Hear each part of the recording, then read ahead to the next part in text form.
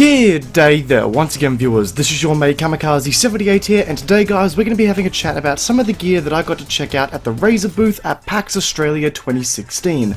Now while I didn't have any scheduled media appointments with the guys at Razer, I made it my mission to get over there to their booth and pick their brains about some of the gear that they had coming out this next year, considering that I've been a long-term fan of Razer keyboards and mice and have been using them ever since I started PC gaming. So without further ado, let's get into Razer's lineup of products that they had on display and that caught my attention. Now the first couple of things that I thought would be interesting to look at are products that one would not expect from Razer initially, these being the Razer Siren and the Razer Stargazer. Why are these two products so weird for Razer? Well, because they aren't keyboards, or mice, or even headsets. The Siren is a streaming microphone and the Stargazer is a depth sensing webcam. A depth sensing webcam? What the hell is that? I hear you all asking. Well, it does everything we would expect from a webcam in 2016 to do, you know, 1080p recording and all that jazz, but the depth sensing feature on this webcam basically means that it will detect your face, the distance your face is from the camera itself, and then use that as a reference to cut out as much as the background as you'd like, much like how a green screen would. So for all of you aspiring video makers and streamers out there, it's a very convenient feature to have if you don't want your respective viewers to see what your background looks like. So it's okay if you've got a My Little Pony pretty pink bedroom design. If you don't want people seeing that, but getting a green screen is something that's a little bit difficult for you, then you can just simply pick up this webcam and it is going to be problem solved. This webcam also makes post-production work a tad bit easier in the long run because you don't have to worry about chroma keying and all that jazz. This webcam will do all of that for you. As for the Razer Siren streaming microphone, on top of its crystal clear audio recording quality, it comes with 4 recording profiles that you will see on many microphones, including the Blue Yeti that I'm using right now to make this video. Those recording profiles being cardioid, which provides a recording arc designed for streaming or voiceovers or single source audio recordings, stereo for recording multiple audio sources with a sense of depth and space in mind, bidirectional, which as the name suggests works fantastically for interviews, and omnidirectional, which also, as the name suggests, records a full 360-degree arc around the microphone, allowing you to use the microphone for a wide range of uses and applications per se. So as I said before, the sound quality is certainly there, and the list of applications to use this microphone under is also fairly extensive if you're willing to go all out with it, as it is a slightly higher price than the majority of microphones on the market. Now something else that really caught my eye was the Razer Naga Hex V2. Why? Because my first ever gaming mouse, and the gaming mouse that I still use to this day, is the Razer Naga Hex Red, and this thing has been great ever since I first got it, even though it is designed for MOBA style of games, a game genre that I do not play.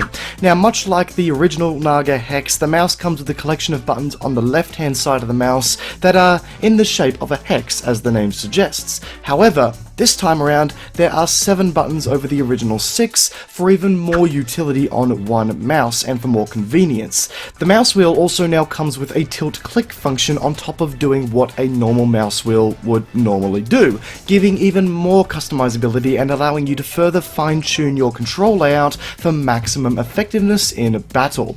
As for the rest of the mouse, it is very similar to the previous generation of Naga Hex. It comes with 2 programmable buttons just in front of the mouse wheel. It has a rubber grip in between all of the side buttons to ensure that there are no misclicks, and it comes with a laser accurate sensor for those epic flicks in CSGO.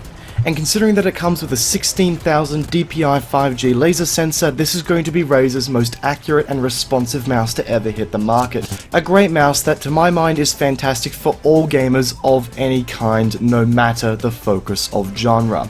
Now, the last thing I wanted to give a special mention to in this video was Razer's brand new Ornata keyboard, which brings a new, unique style of key to the market. The Ornata comes with a key that is a mix between membrane and mechanical, creating the new Mecha membrane style of keys. The Mecha membrane brings the softer touch of a membrane rubber dome and places it in combination with the clicky sound that you expect out of a mechanical keyboard. The keys are also mid-height by comparison to other Razer keyboards out there, being just between the relatively tall Black Widow key design and the superbly thin Deathstalker key design. Now, we all like to be comfortable while we are gaming, and the Ornata answers those needs through its implementation of a handrest, but as a result, the keyboard does expeditiously exponentially grow in size in comparison to other Razer keyboards, so that is something to keep in mind if size is an issue for you on certain desk spaces. And because it is a Razer product, it also comes with Razer's signature backlighting that brings a collection of different lighting effects that are sure to satisfy all of your aesthetic and swaggy needs. I did just say that, I'm really sorry.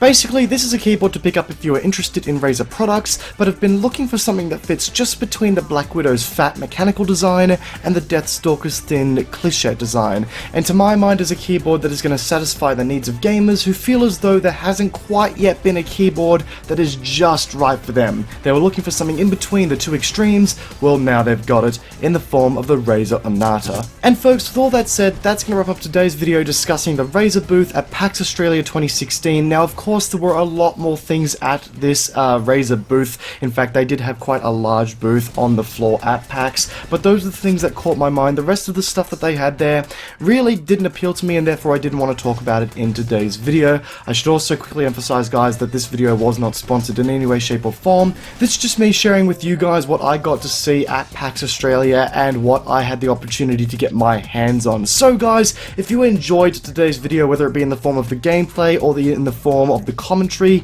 whether you found the products that I had to show off today interesting, either way, guys, a backhanding of that like button would be greatly appreciated. If you didn't enjoy the video, then feel free to backhand that dislike button and leave some feedback down in the comment section down below. That would also be greatly appreciated. If you guys are finding yourself backhanding that like button and you're interested in seeing how the channel develops in the future, backhand that subscribe button whilst you're at it to keep up to date with the content in which I release here. Once again, guys, I hope you enjoyed today's video. Peace out, and I'll be seeing you guys next time. Have a good one.